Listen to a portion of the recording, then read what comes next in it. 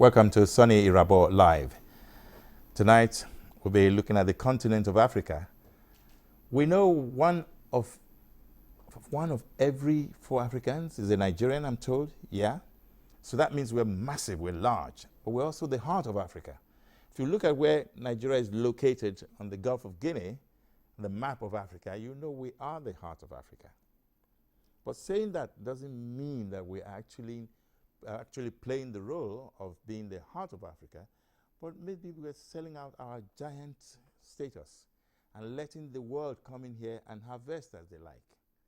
Some Nigerians have become more, worried about some of these things that happen to us, and we do not really seem to care, or we don't seem to understand the implication of what is happening to us.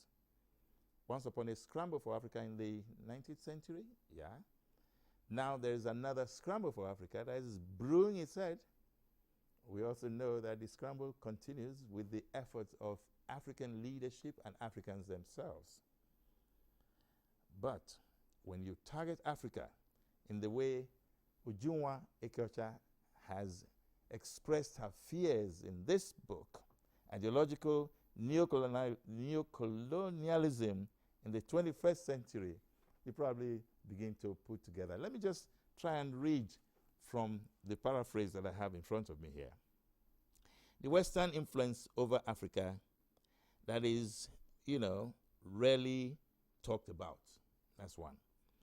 African nations and their dependency on foreign aids. Take note of that. There's also foreign aids usually have strings attached to them, and that will promote an agenda that is opposed to the morals and cultural values of the African person, of the African people. Some of these agendas include the normalization of homosexuality. I don't have my glasses, that's why I'm reading like that. Push for abortion rights. Take note. Radical feminism. Wow. And then population control. These are cases we will look at tonight in depth. Africa has been endowed with treasures that depend on meager donations to survive. Did I just see treasures? I thought we had our own treasures before. Then there's the war against fertility in Africa. This last point, fertility in Africa. Is Africa really overpopulated? Because the whole of Africa is probably about 1 billion, the whole of Africa. China is 1.6 or more billion. India is 1.3 or more billion. How do you want to weigh all of those ones? Two countries, they just make almost more than 1/3 of the entire population of the world. So who is telling us that we are overpopulated? Or are we moving in the wrong direction and dispersely wrongly so that certain areas are over-congested and we think we are overpopulated? But anyway, I have a scientist who will really, she will introduce herself better than I can do it. Her name is Obianuju Ekeocha. You're welcome to the program. Thank you, Soni. I'm so happy to be on your show. I'm so happy to have you on my show. This book, I don't know, first let's tell us about your scientific background before we even talk about it. Right. So I was born and raised in Owerri, here in Nigeria. Imo State, that is? Imo State, yeah, that is. And 13 years ago, I went to do my master's in United Kingdom, and I did biomedical sciences. And I started practicing shortly after as a biomedical scientist in the healthcare system there in the UK. So I was very happy, pursuing a scientific career as a Nigerian woman who was single and happy, and I felt I had everything I wanted in life, and I had done my specialist, so I had become a specialist biomedical scientist. So I felt it was such a great achievement. But then, of course, knowing or having lived in Nigeria, having been born and raised and educated in Nigeria first before going to the UK, there were also things that I was noticing, the differences in the two societies. So I have, of course, my scientific background, which allowed me to make these comparisons between the two different societies that I had been part of. So where I had been born and raised in, which is Nigeria, and where I had lived at that point up to 7 years. So my scientific background, just back to your question, is I'm a specialist in hematology. I'm a specialist in diagnostics. So I usually work in the medical healthcare system in the UK. And then from that point of view is what I speak, a lot of the things I say. Look at the medical system in Nigeria. Yes. Do you see enough being done for Nigeria and Nigerians compared to UK?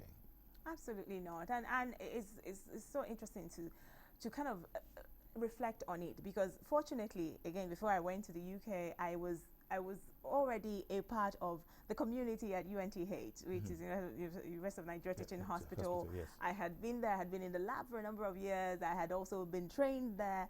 So I know, just as anybody in the Nigerian healthcare system, exactly what makes up our healthcare system. So for the last 12 years, 13 years now, I have been in the UK healthcare system, and then it's also possible to make the comparison. And the answer to that is no. Our healthcare system here is largely inadequate. It is very weak. It's very porous, and our governments, of course, I don't know what it is that the problem is, but they are not giving the kind of attention that they should give to our healthcare system. We don't have enough doctors to people. If you check it, per capita, how many doctors to like a certain number of people in our society or in our communities. We do not have the right pharmaceutical products when the situation arises. We have healthcare systems that cannot withstand anything. We don't have the infrastructure, and that is exactly why when any healthcare or any health crisis, if it strikes an African country, it's easy to overwhelm us. You knew about the Ebola virus, what happened a few years ago. Of course, it was there in Sierra Leone, Liberia. The moment it came into Lagos, people were panicking. Yeah. Why were we panicking over this virus? It was largely because our system is just so easy to be overwhelmed. So our healthcare system is certainly inadequate. Is there any attempt you've made that could help the leadership address the need for what you just observed?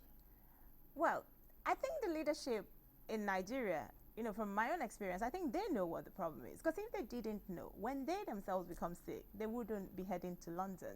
Yeah, why would they go to London if they know what the problem exactly. is? Exactly. So I would have expected that they would have it done here. Yes. So it's they should. Why don't they sort of work on our own healthcare system, get a robust healthcare system, so that they themselves will have the confidence in our system here. But the problem still goes back to that C word. I think it's corruption at the root of a lot of things. If we can only just handle some of these basic issues, like the healthcare system, then it shouldn't have been that much of a problem for our leaders. Target Africa. Yes. Ideological neocolonialism. That word took the wind off me when I said in the mouthful. 21st century. And now, wait a minute. 21st century, we're deep into it now. Yes. In fact, we're into the, what's the year now? This is just a few more days. We're out of the decade in a few, we in a have month. 30 days to the end of the year, then we're 2020. That's it. All right. 2020. Shouldn't we be talking about how to control our destiny ourselves? Yes. Exactly. So I grew up in the 80s. Okay, so I'm actually much older than I look, but I grew up.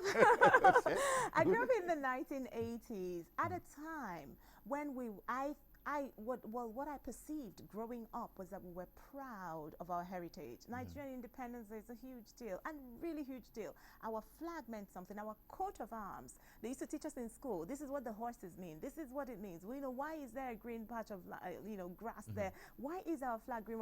All these beautiful things that we learned, we were proud to be Nigerians before conversation started to change. So I always thought things will get better, but it's almost as if now, as a very adult woman, I came to the West and looked back to see where Nigeria really stands on the international stage. And it's really unfortunate, because what I perceived growing up in the 80s is our beautiful flag and our beautiful national anthem and our beautiful coat of arms it's really far from the point now. We are now at that point where Nigeria and other African countries, by the way, are being controlled in many ways, and I know we're going to discuss a lot more about it, by the same Western entities and nations who were our colonial masters. So I thought we were sovereign countries. I thought we were independent countries. I mean, that the days of Lord Lugard is meant to be long gone. So why is it that in Nigeria we are still in many ways at the point of policy being controlled by, say, for example, British government? At the point of policy? Yes. We're controlled from the outside? Yes, a lot so, in the most important things, in our healthcare sector, on issues such as population, on the way we educate our children, on you know, the things that really matter, our welfare. More than the Nigerians know, there is more, they have more say. There are more stakeholders who are right now sitting in London and New York, and you know, they're sitting in DC, and they are making decisions about Nigerians that a Nigerian would not even have thought was possible. Well, shocking. Do they even know so much about Nigerian problems? They don't. They don't. They don't. But that means it's a fixated agenda of sorts. Absolutely. It's already preconceived ideas, preconceived ideals, preconceived ideology, which is now being imported into Nigeria. They don't care. I mean, even when you tell them, oh, but you know, we don't want this kind of thing, they don't care. They've already made up their minds. So why this can't is we what education even should put be. our foot down and say, come on, this is my country. I was voted by the people of Nigeria. That's right. To take this country to the level where we can stand on our own. Exactly. Why can't we do that? Well, I don't know why we cannot do that, All but right, that's I'm what going we to take you should to encourage this people issue to of, do.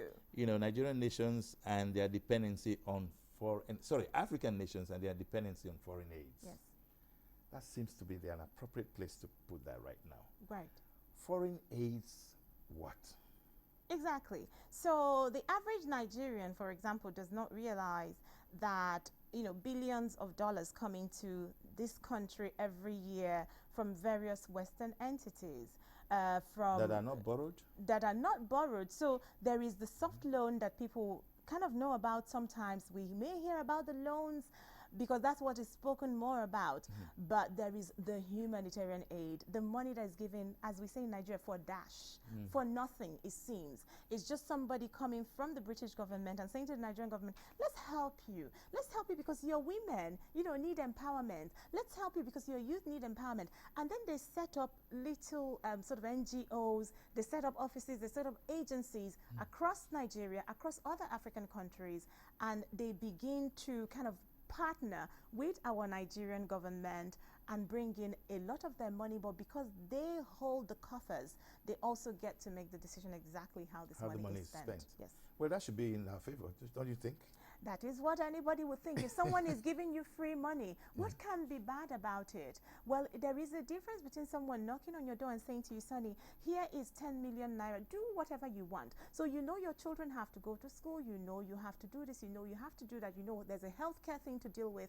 However, it is different than when someone knocks on your door and gives you 10 million naira and says, okay, Soni, here is 1 million used for education, but here is 6 million, buy condoms, which you didn't ask for, which you didn't want, which you didn't, but they just land this amount of money, and then they say, oh, by the way, you can use 500,000 for water and sanitation. So now the problem and temptation here is that the larger amount of money is now tagged to these ideological issues that our leaders... no importance to us. Exactly, they're no importance to us. There is nobody demanding for it. There is nobody asking for it. Even during our political season, no one is talking about, oh, we're going to give you free condoms. But more money is attached to these sort of useless projects that have been given importance and priority by Western donors. And because it's a lot of money, so if you say, we don't want to be part of this project, or we don't want this project, that means you lose the most of the money. So it's a large percentage of what is being given to us is being tied to certain projects, certain ideas, and certain ideologies. By the way, we also have a right to say, no, we don't want that aid. Exactly. But do we always ask? We do never always say, refuse? no, we don't. We never refuse because no one says no to free money in this part of the world.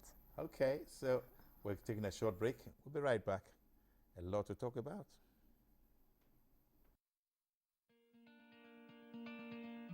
I want to see a Nigeria that works.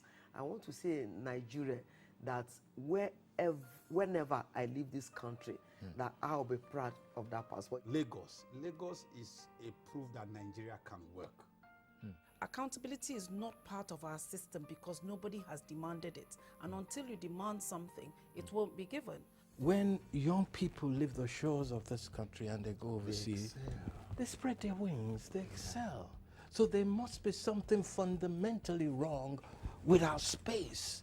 It's been taken over by demonic, evil people. There's no way anyone can go overseas and see how things work and then come back on that plane. And as you are landing in Lagos or in Abuja or wherever, no, we have to be real. As you land, you go, okay, welcome home. We love our country. There's no doubt about it. But you land and you know, here we go. It pays the strong political actors to have weak institutions. You see, it is the politics of the pay pocket, where they deliberately emasculate our people financially, economically, where you have young men whose take-home pay can't take them home.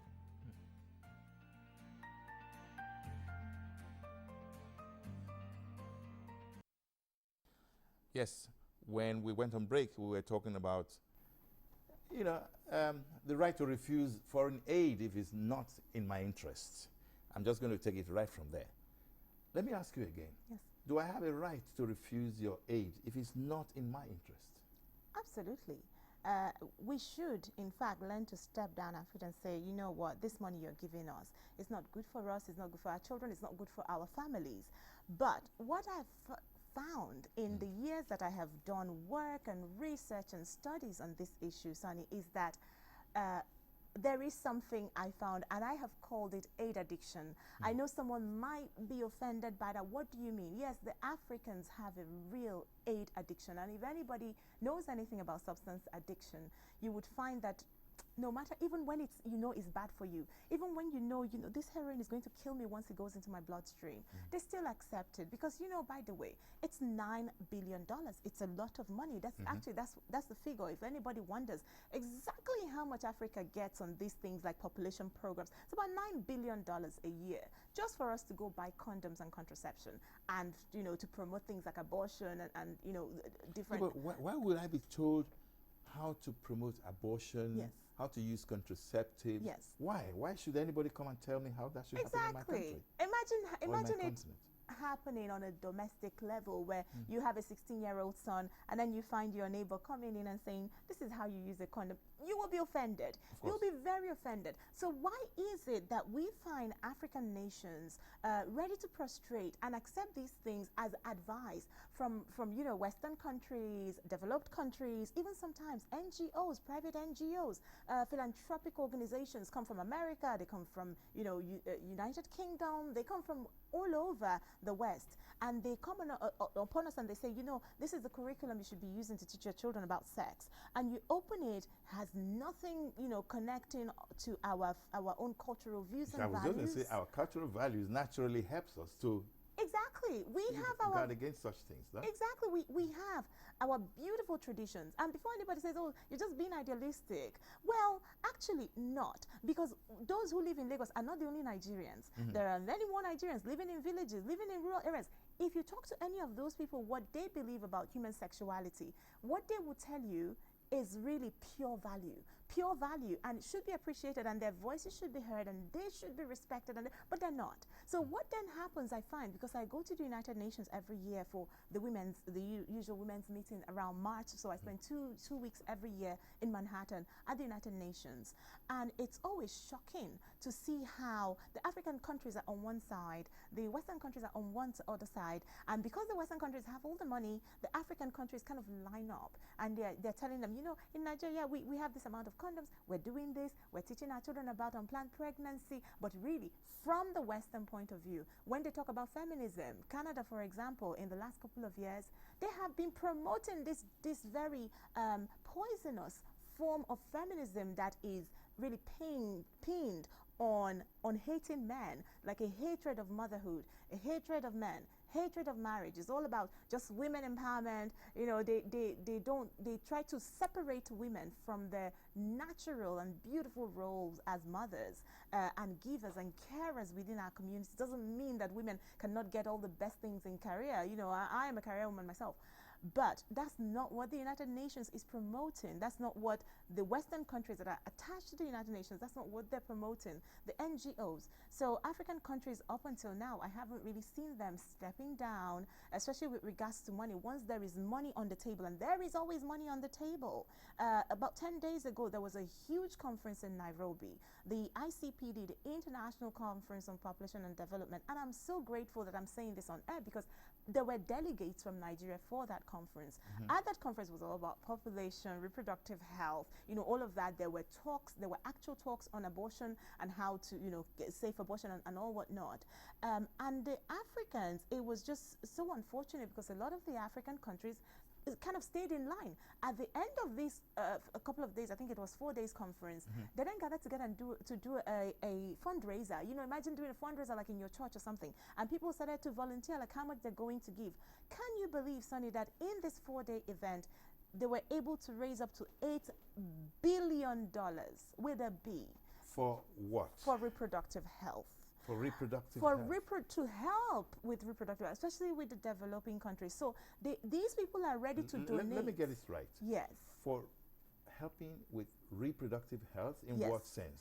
In population For fertility control. or to control The population? opposite, and that's the point. So Nigeria is the one place where I know, and I speak largely from experience, one of the worst problems a woman can have in this country is to be married and be infertile, or be seen to be infertile, but nobody gives you help. Nobody ever talks about the infertile Nigerian woman on the international stage, but they are talking about the woman who doesn't want to have any baby anymore. So how can we help her to say no, to get her contraceptive shots, there's to stop deliberate having babies? disinformation then That's going right. on.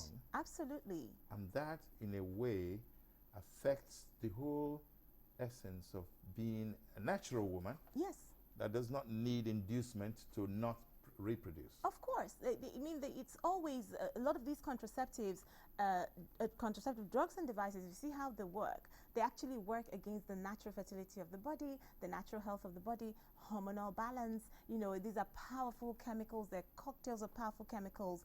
They put it into women's bodies, and times without numbers, I've gone to various rural areas across different African countries, and we've met women who have had side effects, women who can't speak English, by the way, but somebody has come to give them an intrauterine device to put into their bodies. And these women will say, my whole body, you know, they'll be speaking in the language and they're saying, one side of my body has gone paralyzed. With this, like, you know, I'm having headache on one side of my head.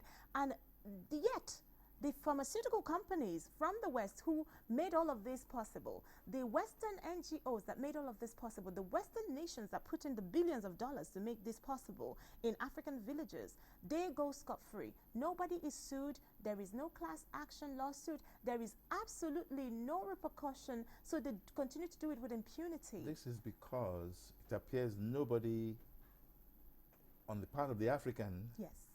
knows what to do, how to Exactly. fight back. Yes. And what if somebody did cry out?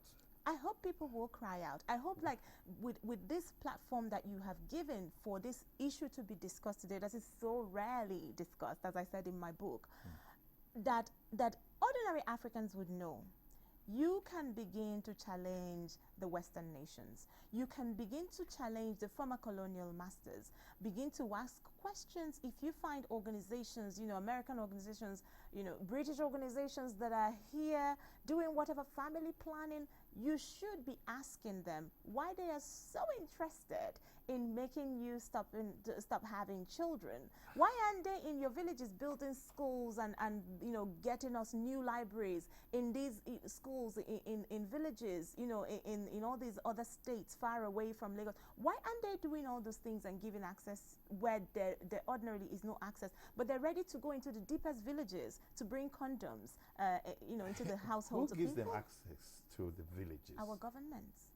Our governments Is at there all any levels. kind of due diligence carried out? I mean, I would like to know, for example, if you are visiting my villages, what are you doing with my villages? Yes. Or my villagers? What are you doing with my girls, my Yes. women, you know? And what do I intend to get as a result from that? Exactly. exactly. Yeah, What is the end product? Yeah, the end product. But nobody asks the question, because if somebody comes around and they say, we have a $15 million project, it's on reproductive health, it's on family planning, it's on adolescent friendly family planning. Why are you giving our children adolescent friendly family planning? If a girl is 14, she has no business doing family planning. She's just going to grow naturally. Exactly, and she's good. She's meant to be in And school. there's no attempt to manage some form of information that will say, okay, let's bring our children up properly. Yes. With sex education. Yes. With relationship education. Yes. And so on and so forth.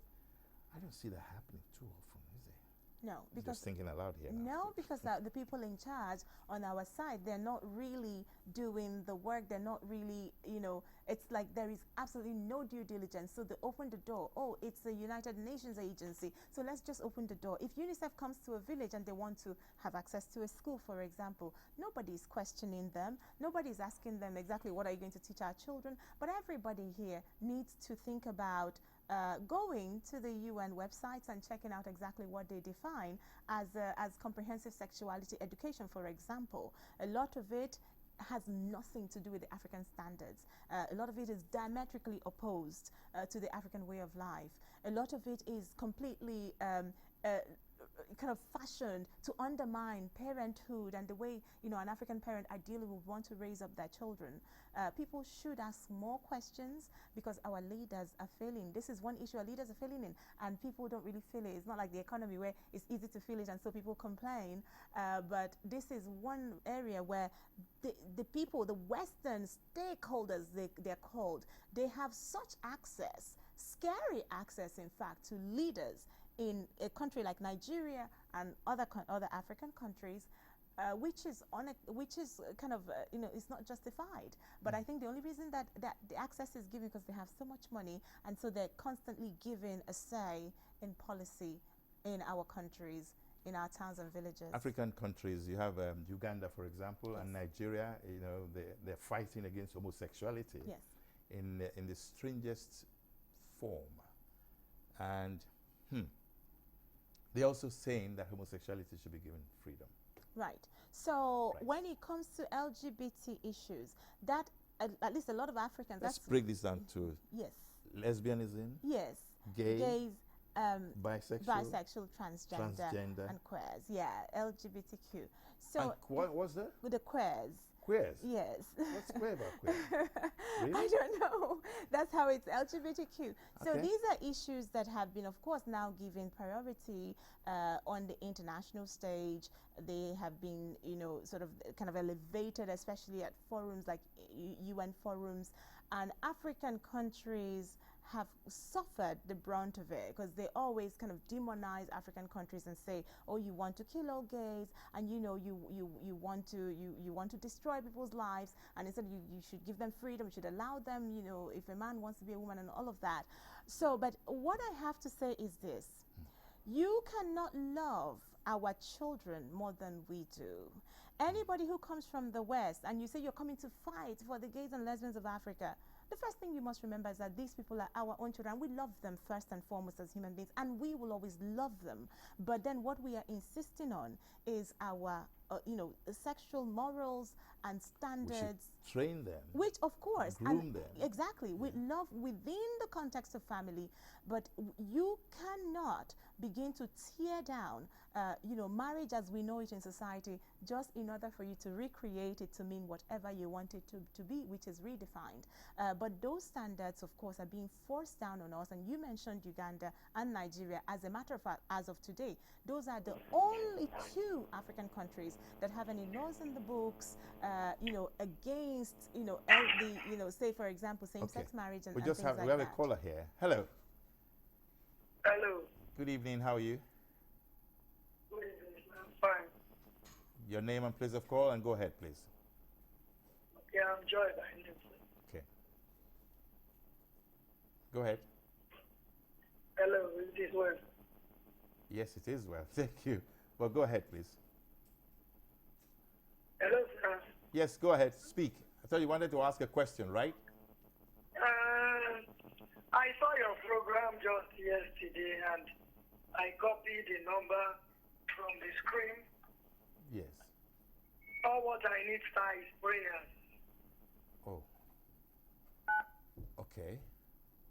You have a problem, right? Oh, okay, the line is cut off. Oh, shame. That was a little bit of an irrelevant call. Maybe somebody who is in distress, and I pray for you that Almighty God will make things well for you. Amen. Please take heart.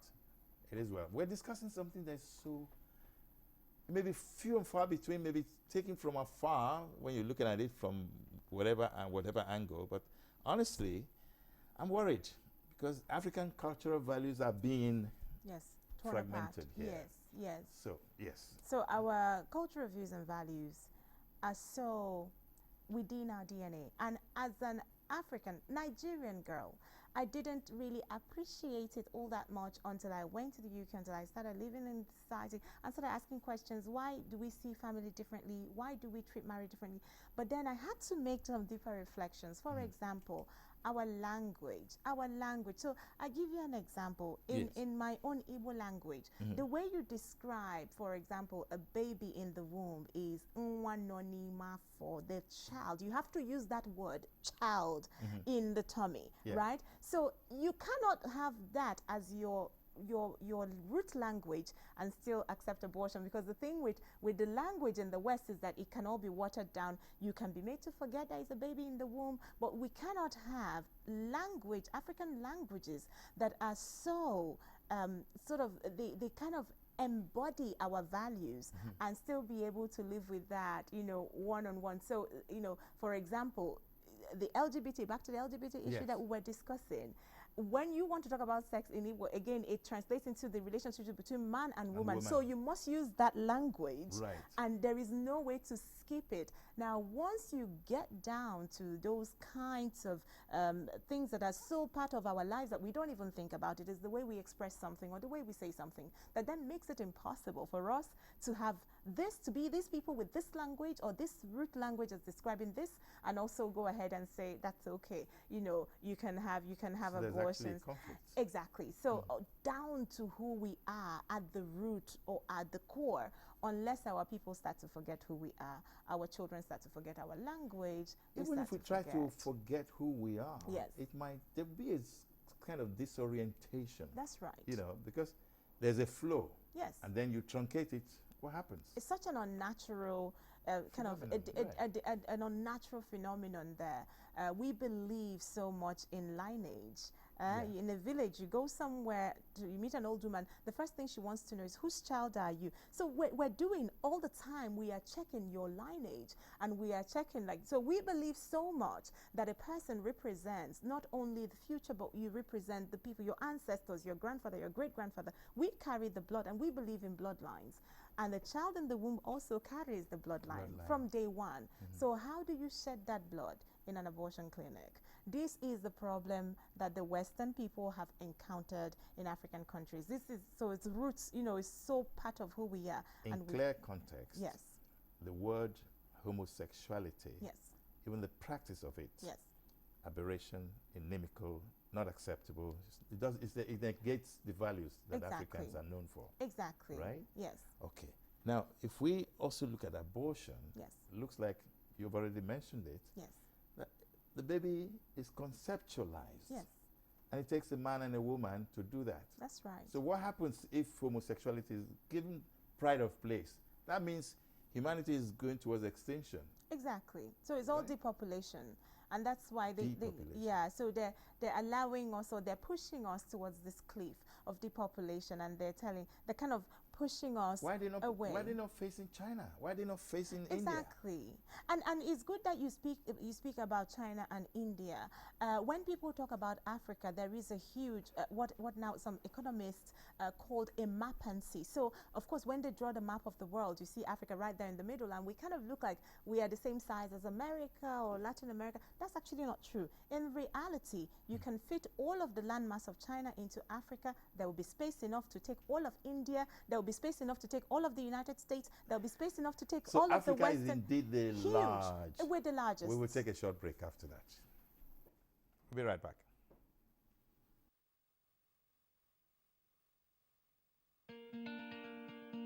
When you see the Lebanese man coming here or the Indian coming here, They didn't come because our beach, our shores are green or something. They came because they identified achievable opportunities.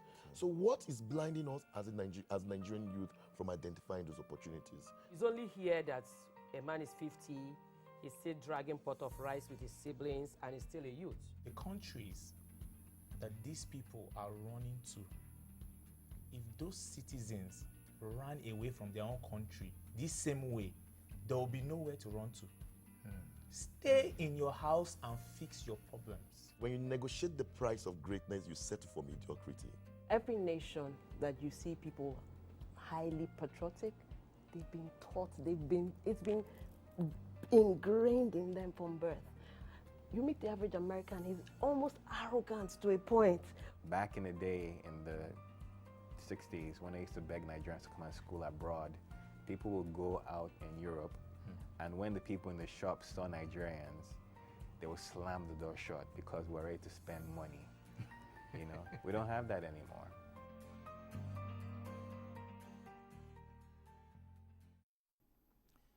Right, Soni Irabor live, smoking hot here, right? Okay, fine. The whole talk about abortion, about homosexuality and the likes, you know, LGBTQ. Oh God, that's an interesting one. And then, of course, foreign aids. But what about radical feminism? Yes. What about population control? You hinted at that as well. Yes. Let's start with radical feminism. Yes. What's so big deal about that? Right. So any African would. Are you a feminist? I would say, in a way, I am Okay. a feminist, like a first wave. What you call there've been 3 waves of feminism. The first wave feminism, where from the 1800s, even like globally, you know, when women didn't have the right to vote, they did, you know, a woman couldn't really get into university. So there was a time, indeed, So clamor in for history. equal rights. Yes, so Okay. that women should be seen as equal in dignity and worth as a man. So at the time when women couldn't get into medical schools, for example, all of that has changed with the suffragettes.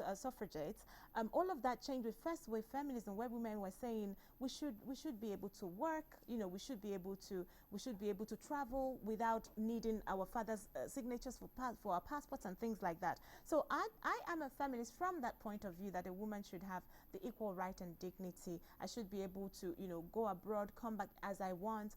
But then came the second wave feminism, which was very radical, which was about women being men. The first one was about women being recognized as equal individuals and in dignity as men. The second one was about women being able to be men. So you should be able to have sex without any consequence whatsoever.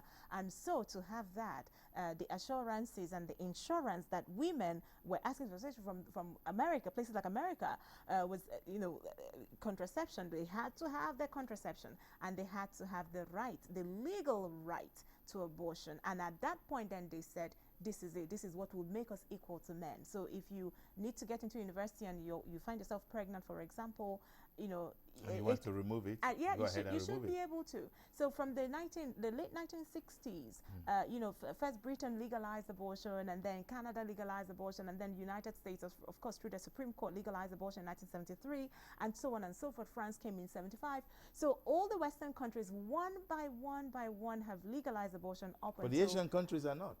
the Asian countries. Well, the Asian countries also had their issues because they had communism, and there were all these things that were coming with it. So yes, they on their own too, they had something going on. But what was coming from the West was really from feminism. It wasn't from like a government program. It wasn't like what China did, how they did their first one-child policy. But the feminists of the West was all about, we should be able to have sex as we want. We should be able to have the sex life that men have without having any consequence. So they started to seek this phenomenon, or this thing called legal abortion, that never was a thing in anywhere in medical history up until the 1970s, 60s and 70s. So do you African personally countries now subscribe to abortion?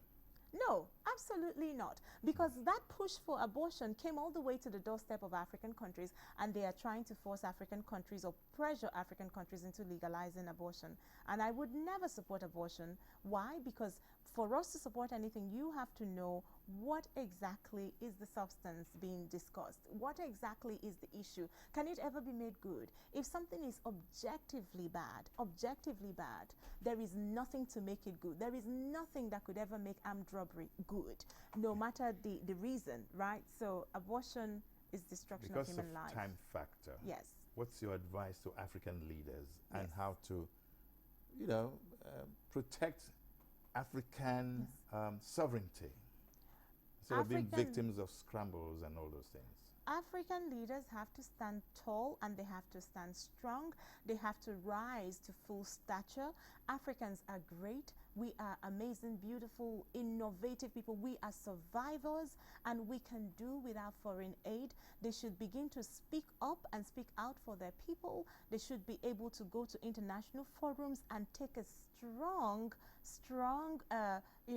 unabashed, unashamed stance and be able to tell these powerful Western countries that we have our cultural views and values, and within those cultural views and values, we have our treasures. We have treasures, and we want to stick to it, and we want to hold on to it. So we can begin to say no to the manipulation of aid. One sentence. Yes.